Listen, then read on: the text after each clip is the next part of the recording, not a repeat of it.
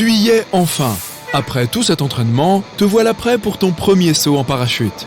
Plein de confiance, tu te diriges vers la porte de l'avion alors qu'il atteint l'altitude de 3700 mètres. Tu t'élances dans les airs, mais à la dernière seconde, tu entends l'instructeur te crier quelque chose. « Je n'ai pas vérifié ton parachute !» Tu ne l'entends pas alors que tu t'éloignes déjà de l'avion. Tu ne vois que son expression inquiète. On dirait que quelque chose ne se déroule pas comme prévu. Tu tires sur la poignée pour libérer le parachute. Mais il ne se déploie pas correctement et s'ouvre en une espèce de grosse bourre. Tu commences à tournoyer de plus en plus vite. Tu as le tournis, mais tu dois te ressaisir.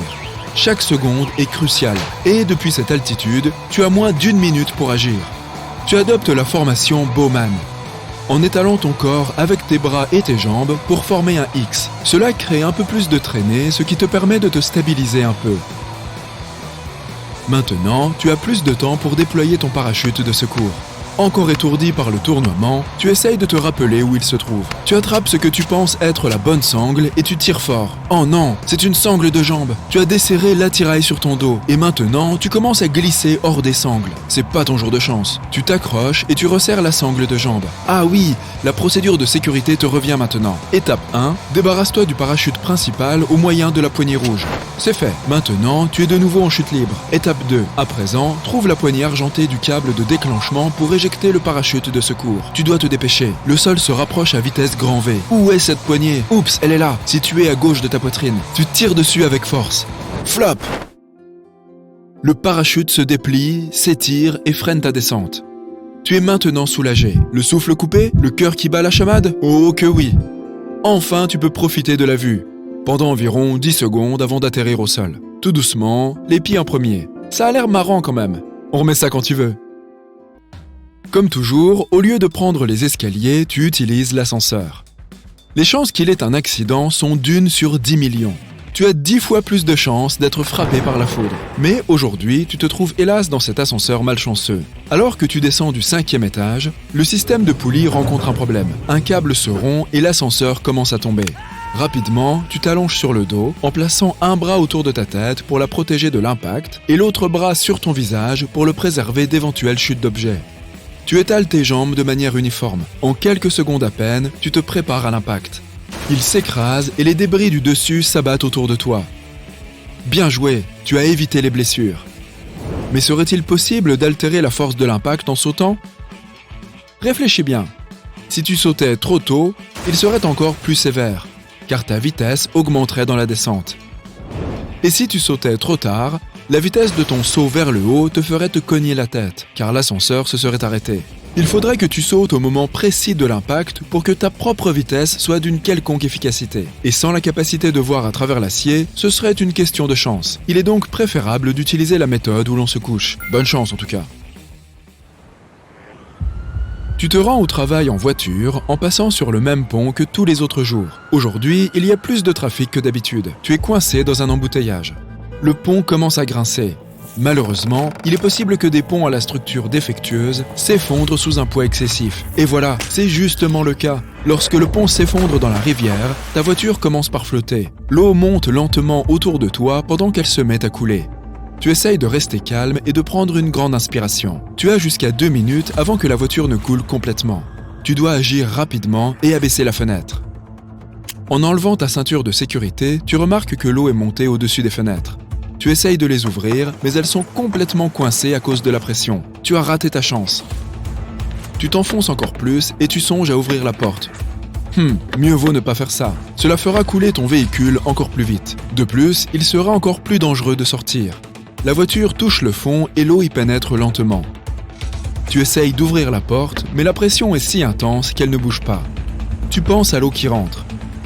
Peut-être que si tu attendais qu'il y ait assez d'eau à l'intérieur, cela pourrait réguler la pression, permettant aux portes de s'ouvrir.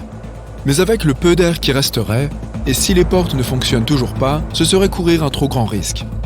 Ton seul choix est de briser la fenêtre. Tu y parviens facilement grâce à la pression de l'eau qui se répand rapidement à l'intérieur. Tu prends ta dernière grande inspiration en te tenant au cadre de la fenêtre. La voiture se remplit rapidement quand le débit d'eau s'arrête soudain. Tu te hisses à travers la fenêtre et tu poses tes pieds sur la voiture. Tu pousses vers le haut et tu nages jusqu'à la surface.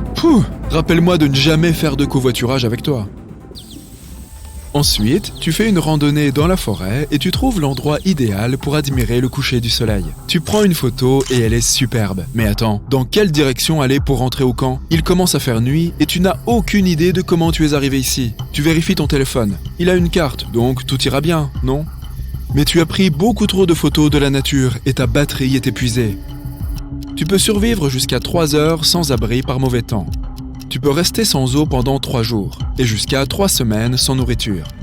Tu dois considérer tes prochaines actions par ordre d'importance. Ta première tâche est de construire un abri.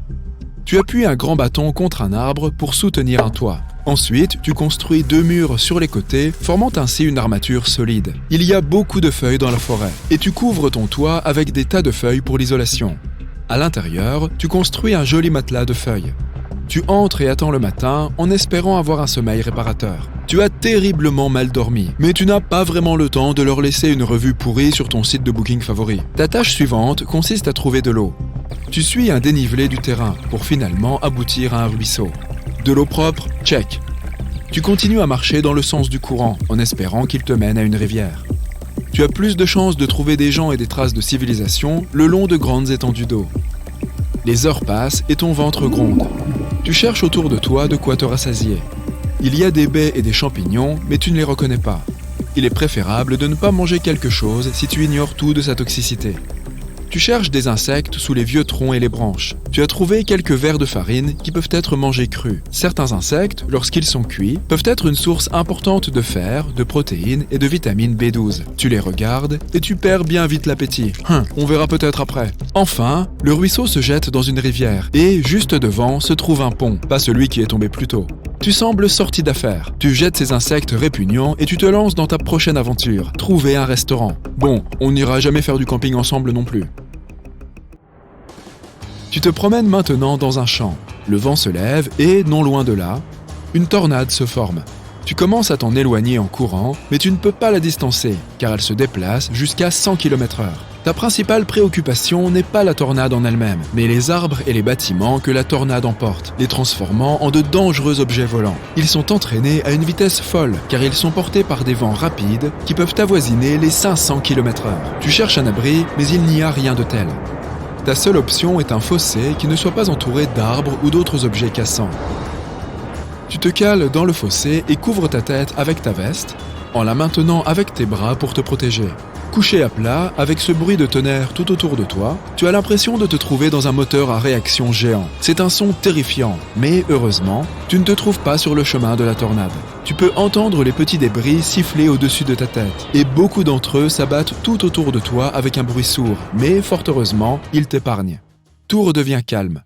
Tu restes allongé en contrôlant ta respiration et en essayant de te détendre. Tu ne te lèves pas encore, car le pire est peut-être encore à venir. Les tornades peuvent durer de quelques secondes à plus d'1 heure. Tu ne prends pas de risques et tu restes dans ton fossé pendant toute l'heure. Puis finalement, quand il est clair qu'elle est partie, tu époussettes ta veste et tu rentres chez toi.